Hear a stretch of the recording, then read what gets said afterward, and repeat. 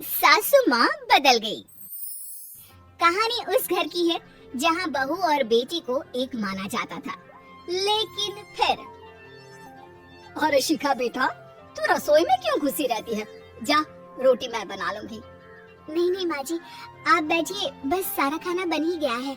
श्वेता को बोल देती हूँ, वो खाना लगा देगी सबका। सॉरी भाभी, मेरे पास वक्त नहीं है। माँ, मुझे पैसे देना, पार्लर जाना है।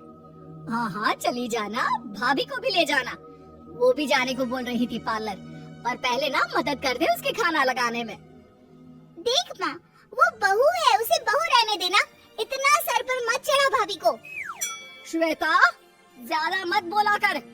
बहू और बेटी में कोई फर्क नहीं होता है। जा जाकर काम कर। ननद को माँ का भाभी से इस तरह प्यार करना बिल्कुल अच्छा नहीं लगता। वो बार बार किसी न किसी तरह माँ को भाभी के खिलाफ भड़काती रहती, लेकिन कोई फायदा ना होता। एक रोज, अरे बेटे किशन, जा बहू को कहीं घुमा कर ला। सारा दिन घर में काम करती रहती है। हाँ हाँ माँ, हम लोग जा रहे हैं ना गोवा। अच्छा जी, भाभी ने तो हमें बताया भी नहीं। वैसे तो सारी पंचायत करती है, ये गोवा वाली बात क्यों छुपा गई हमसे?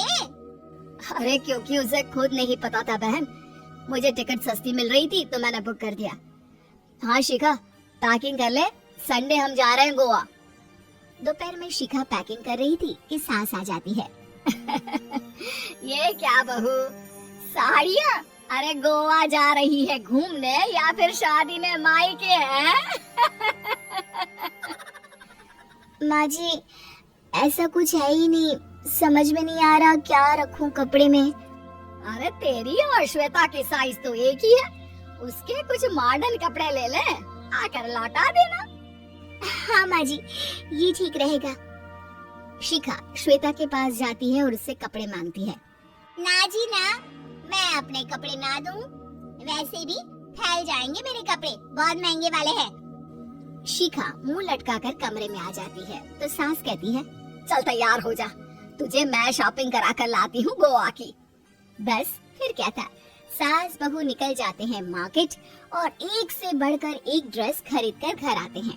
पहले बता देती कि नए कपड़े दिलाने वाली है भाभी को, तो मैं अपने ही दे देती ना भाभी को, मुझे दिला देती नए कपड़े। देख श्वेता, परिवार का मतलब सबके साथ रहना होता है, ना कि सिर्फ अपना सोचना। वैसे भी तुझे अच्छे संस्कार सीखने चाहिए। और रही बात कपड़ों की, तो शिखा, आज से घर पर भी तू मॉडर्न कपड़े ही पहनेगी। कोई जरूरत नहीं है ये साड़ी वाड़ी लपेटने की। अब क्या था, घर पर श्वेता और शिखा एक जैसे रहते। एक बार पड़ोसन आती है।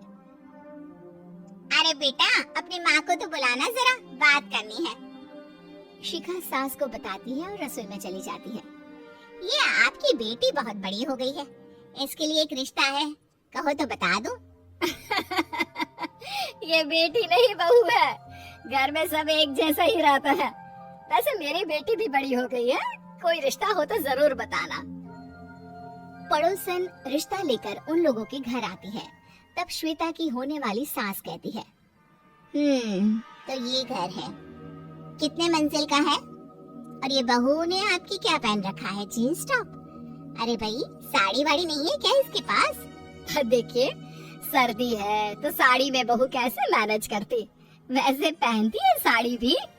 देखिए, हम लोग ठहरे पैसे वाले लोग, कोई कमी नहीं है हम लोगों के पास पैसों की, बहुत पैसे हैं, जमीन, नौकर, चाकर, कार, सब कुछ है, लेकिन घर में संस्कारी बहू चाहिए। समझ रही है ना आप? सास कुछ कहती कि श्वेता बोल पड़ती है, हाय रे, नौकर चाकर से लेकर जमीन, कार, पैसा, हाँ, मुझे रिश्ता मंजूर है मुझे। अरे रुक जा श्वेता, मैं बात कर रही हूँ ना। देखिए, हम लोगों के घर इतनी आजादी नहीं मिलेगी। अरे हाँ कर देना माँ, हाँ कर दे जल्दी से। सास क्या करती, बेटी की शादी ऐसे घर में कर देती है जहाँ ना उनके विचार मिलते हैं और ना ही आचार। शादी के बाद एक रोज फोन पर, श्वेता बेटा, एक बार घर आ जा, बहुत दिल करता है तुझे देखने का। माँ, वो घर पर बहुत काम होता है, कैसे आऊँ? बड़ा घर है, लेकिन आने जाने वालों की लाइन ही लगी रहती है। बेटा मैं तो जानती थी उस घर का हाल, लेकिन तू ही नहीं मान रही थी। माँ देख, हर घर का यही हाल है। तेरी बेटी को यहाँ घूंघट हटाने की परमिशन नहीं है और एक तरफ भाभी स्कर्ट पहनकर घूम रही है। बेटा मुझे क्या पता था कि मेरी बेटी को ससुराल के नाम पर पिंजरा मिल जाएगा। अच्छा माँ, फोन रखती हूँ, सास को गर्मा गर्म रोटी खिलानी है। तुम लोगों की तरह नहीं कि एक रोटी बनाओ, एक सब्जी बनाओ, फिर सारा दिन फ्री होकर घूमो।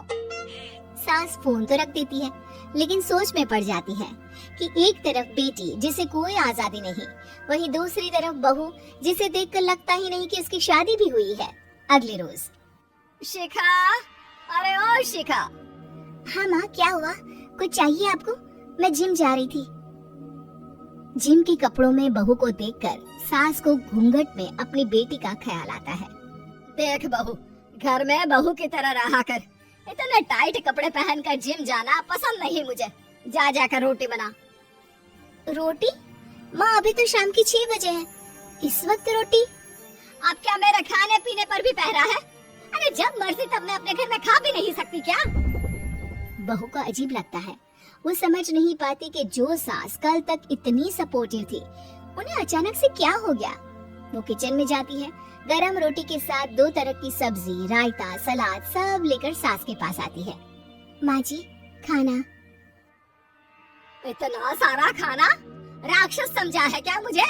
रोटी मांगी थी मैंने गर्मा गर्म बस। पर माँ जी, रोटी खाती किससे आप? सब्जी तो बनानी थी ना। अरे भूख मर गई मेरी तेरी बहस से।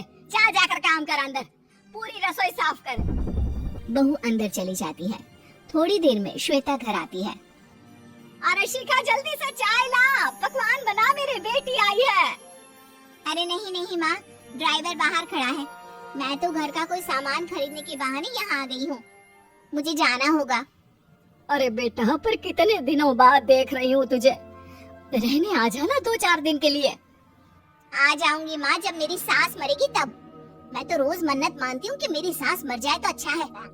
अच्छा चल, जा रही हूँ माँ। हे भगवान, कैसे कैसे दिन देखने पड़ रहे हैं मेरी बेटी को। सास अंदर जाती है, जहाँ श्वेता की जिम वाली सहेली का फोन आया होता है। क्या बात है, आज जिम नहीं आई? अरे पता नहीं यार, आज माँ को क्या हो गया अचानक। पर खैर कोई नहीं, लगता नहीं कि मैं अब जिम आ पाऊंगी। शिखा स्पीकर पर बात कर रही थी, जिसे सास सुन रही थी। यार ये सास ना होती ही ऐसी है। मैं तो कहती हूँ बुढ़िया जल्दी मरे और तू आराम से जिए। शिखा को सहेली की बात पर गुस्सा आ जाता है। माँ के मरने की कौन सा बच्चा दुआ मांगता है मोहिनी? आगे से ऐसी बात मेरे सामने मत करना। हमारे घर की शोभा ही माँ है। क्या हुआ जो थोड़ी शक्ति दिखा रही है? उसमें भी कोई ना कोई उनकी भलाई ही होगी। मैं तो कहती हूँ भगवान मेरे जैसी सास सबको दे, जो सिर्फ माँ की तरह है। सास वाली तो कोई बात ही नहीं है उनमें। सास ये बात सुन रही थी। उनकी आंख में आंसू आ जाते हैं कि क्यों वो बेटी की किस्मत में बहू को भी भागीदार बना रही थी। शिखा, अरे ओ शिखा, क्या हो गया? जिम नहीं जाना क्या?